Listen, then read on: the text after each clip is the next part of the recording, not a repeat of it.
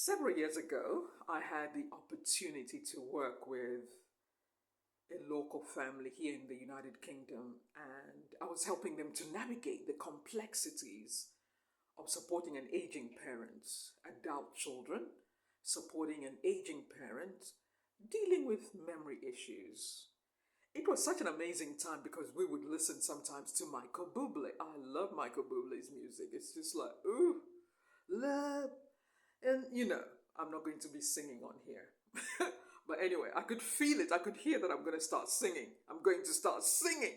No, this is not the time, nor is it the space. But anyway, let's go back to that story.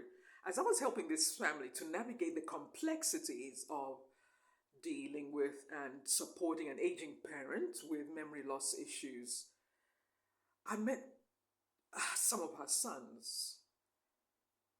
Incredible character.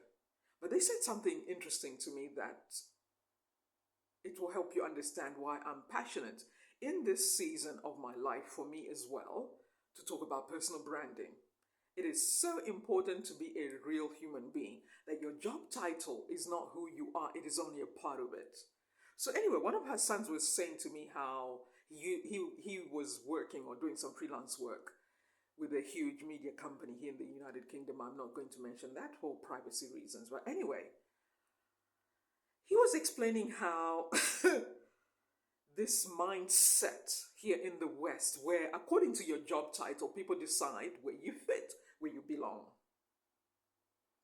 I like to say it's really shallow, but it is what it is, right? It is what it is. We have to accept that we live in different cultural setups. And I've lived and worked in 3 different countries, so life really is interesting. And we are all different. And that is why I talk about building your personal brand, who you are based on your life experiences. What are your values? What do you care about? What matters to you? So, in that season in my life, it was actually around the pandemic. I was supporting their mom. And she was an interesting character because whenever her memory was okay, she would say some interesting things to me and we would have a really good laugh. Other times it would be challenging because it's like she doesn't even remember who I am and would be like, "Who are you? Get away from me." If you are not mentally strong, you would be like, "I'm out of here, I'm going." But I was prepared for it. And that's why I'm really grateful for my healthcare background because that has helped me in my business space as a holistic business coach. One of the things that I do to bring that same kind of thinking into this online marketing space, holistic coaching, managing your time, setting up a system for yourself so that you can still do your life by design. But anyway, going back to her sons, one of them I think he was working as a psychotherapist, and we would discuss business topics, and it was quite revealing because this is what I observed, not just speaking to that lady's sons, just the business world in general and your career and your title. Because I had to question myself, like, who am I? Because there came a time when I was working in the NHS and Bupa hospitals as well, where I decided I want to do something else. I want to do more. I want to experience more of life, but I don't want to spend all my life at work. It doesn't make sense. At the time, I had relocated from Africa from 2 different countries that I'd already worked in, and I was not about to settle. There's a research scientist here who posted something that I forgot to comment, and I'll try and find the article that she posted. In her 12 years of research, she said something interesting, her discovery, which I want to contribute to that discussion, that becoming a parent doesn't diminish your ambition. Somebody needs to hear this. Do not underestimate the ambition of parents. Well-adjusted parents, anyway. We don't lose our ambition because we've got kids now. If anything, you start readjusting like, ooh, I have to set a better example for my children. Otherwise, that is why sometimes our adult children or teenage kids have a completely different perspective from us because they've seen how we've been struggling in our working life. And if we don't change that narrative, we will be supporting younger people who don't want to go to work because we make them think It is too miserable, and rightly so. Some of our working environments are toxic. So, going back to the story of this young lady, this family that I was supporting, the son said there are some ideas that are really strange, Meg, here in the United Kingdom, where people look at you based on your job title and they decide where you fit and where you belong. I built a healthy rapport with her sons, even with her, and many other different families. I worked in the community for about 8 years, around that amount of time. And so I learned a few things and observed a few things how people think differently according to your cultural background. That is why I'm about to say what I'm about to say. When you are making some changes in your life, remember this. I hope this is going to help somebody. Your personal brand is you. You are not restricted to your job title.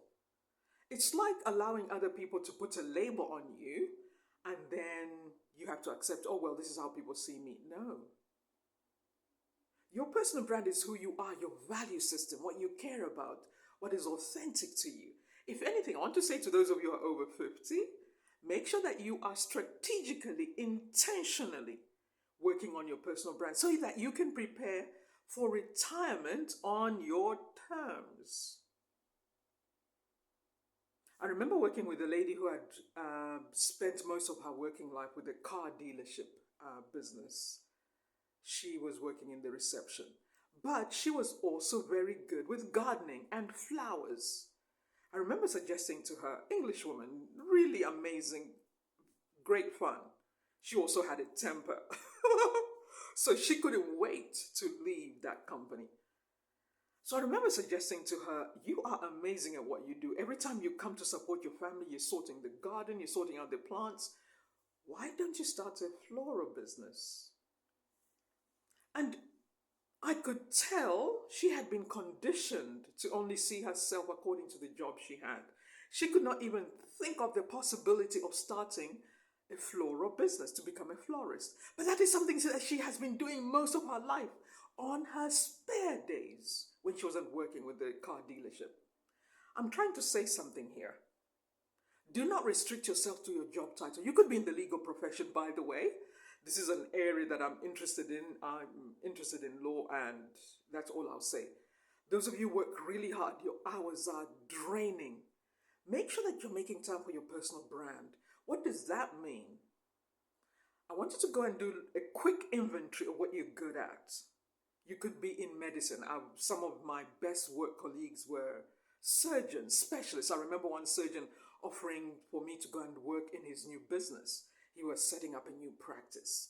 And I had to politely decline because in my mind I was thinking I'm going to go traveling. I'm going to go to the US or United Kingdom. So I didn't want to feel restricted to his business, his practice. Maybe it was a wrong judgment call on my part, but hey, wisdom in hindsight. But no, not really. What I'm trying to say is I'm coming to this. Remember, the industry you are in, if anything goes south, you will feel stranded because you have invested so many years in that industry and there's nothing wrong. We must focus. That's the system we've been in. I've been in healthcare 3 decades. But you want to also be working on your personal brand, which means you will never see yourself according to your job title. You will see that there's more to me. I love travel. I love shopping. Where are the ladies?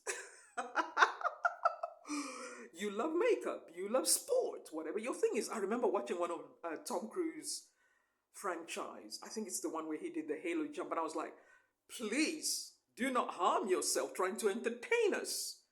But I remember just getting this conviction. He's so passionate about what he does. That's his personal brand. Well, the money too is good, right? But imagine this, loving all of you, appreciating everything that you are, everything about you, your cultural background, your academic background, your failures, your mistakes, your turning your story around. Part of my journey. Some things I talk about, but not here. Some things I had to overcome to become resilient. Do not think your life is limited to your job title. Your job title is a part of your story. Listen, I want to help you if you want to redefine your personal brand so that you're never restricted to one income stream and one lifestyle. Get in touch with me, DM Coach Meg. Let's go. Speak to you soon.